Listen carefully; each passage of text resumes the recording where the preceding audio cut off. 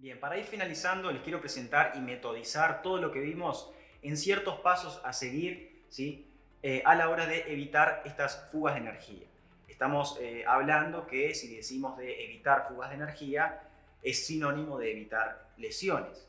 Entonces, para eso existen pasos a seguir, ya sea si van a entrenar a sus clientes o ustedes mismos, para, si no tienen experiencia en esto, seguir con diferentes niveles de entrenamiento. Por ejemplo, en el primer caso, como puesto número 1, el patrón respiratorio básico para comenzar a aprender el patrón respiratorio diafragmático. ¿Sí? Luego vamos a ver una activación muscular selectiva, una báscula pélvica, el bracing abdominal propiamente dicho, que ya lo recorrimos, y una activación global para finalizar con el movimiento, el patrón motor ejecutado. ¿Sí? Vamos a ver, entonces, esto es lo mismo que ya habíamos recorrido. El patrón respiratorio correcto sería el diafragmático, ¿sí? Entonces, a modo de idea mental, vamos a inflar una pelota a nivel del abdomen, lo cual va a hacer presión en toda la cavidad abdominopélvica. Esto se practica, se puede hacer a favor de la gravedad en su principio, si la persona no tiene todavía conciencia de un correcto patrón respiratorio, podemos hacer que la persona se coloque boca abajo, lo que va a hacer que la gravedad favorezca a ese bracing abdominal. Luego colocamos una posición en decúbito supino, boca arriba, donde ya la gravedad la tenemos en contra. Entonces realizar ese bracing abdominal va a ser un poco más exigente. Y luego comenzar a pasar en esa misma posición a realizar, podemos hablar de movimientos de tren inferior, etcétera. Luego pasar a cuadrupedia, luego pasar a posición de rodillas, hasta comenzar a ir a movimientos cada vez más complejos, entrenando a su vez la coactivación de la musculatura que vimos, que incluye el core, también como el patrón respiratorio correcto. ¿Sí? Entonces vamos a ver ahora el puesto 2, que va a ser la activación selectiva. Va a ser la activación del suelo pélvico, del diafragma, del recto del abdomen, entre todos los otros grupos musculares que ya vimos. Como puede ser entrenándolo a través de la técnica de la faja abdominal que vimos, y obviamente ser conscientes de la activación del suelo pélvico y de del propio movimiento del diafragma.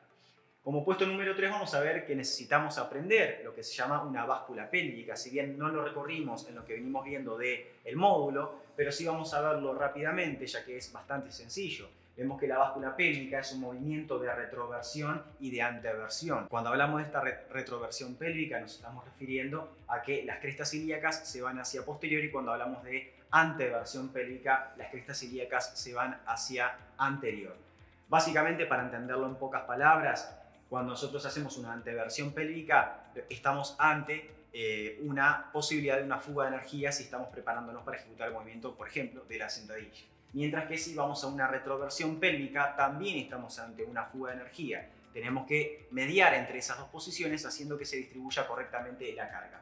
¿Cómo se practica? Se puede practicar de pie, simplemente la báscula pélvica. El ejercicio en el caso de la anteversión sería, como quien dice, sacar cola, mientras que el ejercicio de la retroversión sería meter la cola hacia adentro. ¿Sí? Se puede practicar sobre una pelota de fútbol, en donde la persona se sienta encima de la pelota y comienza con ligeros movimientos de cadera. No es movimiento de la zona lumbar, sino es movimiento propio de la cadera. ¿Sí? Esto, lógicamente, como dice en la lámina, es para una correcta transferencia de fuerzas. ¿Sí?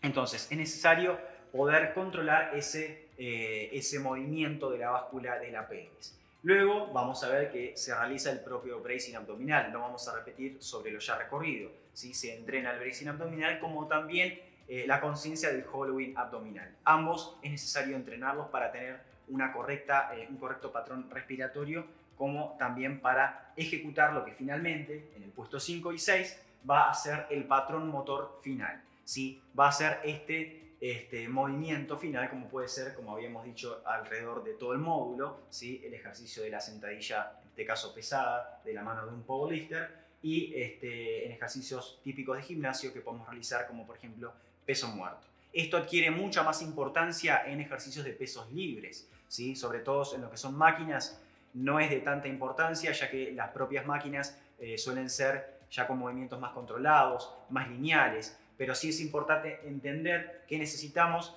todo esto cuando estamos entrenando en pesos libres, como puede ser un peso muerto, una sentadilla, un press militar, etc. ¿Sí? Sobre todo en cargas compresivas o en movimientos complejos.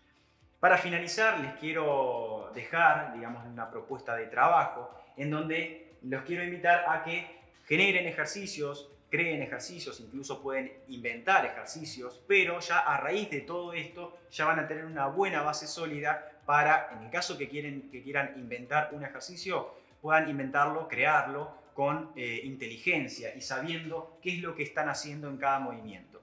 Ahora, les dejo estos 4 ejercicios que son movimientos de antirrotación, antiflexión, antiextensión y antiflexión lateral, ¿sí? Para finalizar vamos a decir que el core, lógicamente, también como función de realizar movimiento, también cumple la función y se entrena para impedir movimiento. Cuando nosotros, imagínense un tenista, ¿sí?, que está ejecutando un movimiento de saque muy potente, si no es capaz de frenar el movimiento en el momento adecuado, muy probablemente tarde o temprano surja una lesión. Entonces, su musculatura, su sistema nervioso, como vimos los subsistemas, su sistema pasivo, tiene que estar lo suficientemente entrenado, ¿sí?, dando una respuesta necesaria para que frene el movimiento en el momento indicado. Para esto se realizan estos tipos de ejercicios. Por ejemplo, antirrotación son ejercicios como el famoso Paluf Press, ¿sí?, que se realiza con banda elástica, con poleas, etc. Y básicamente impedimos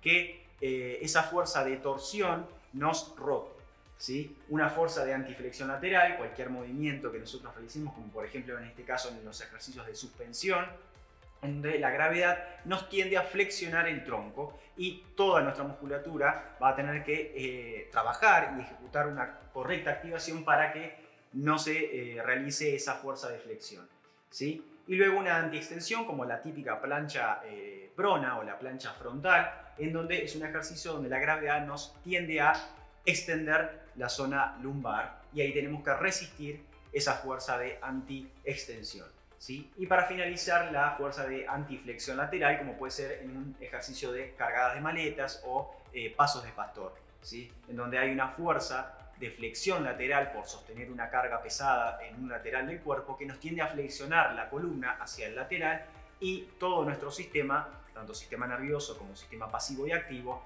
tiene que trabajar conjuntamente, también como la respiración, lógicamente, la respiración correcta, la coactivación global de los músculos inspiradores y estabilizadores para que no se realice esa fuerza de flexión lateral. Entonces, como propuesta de trabajo les dejo estos 4 ejercicios, luego van a ir viendo algunos otros más y bueno, muchas gracias por estar en este módulo y nos vemos en siguientes clases. Los dejo entonces con esta frase que es un compendio de todo este módulo que dice que el que más avanza no es el que más hace, sino el que menos se lesiona. Es decir, no por hacer más va a ser mejor, sino por ejecutar las cosas de mejor manera y con conciencia vamos a encontrar mejores avances y mejores resultados. Así que bueno, muchas gracias por estar en este módulo y nos vemos en próximas clases.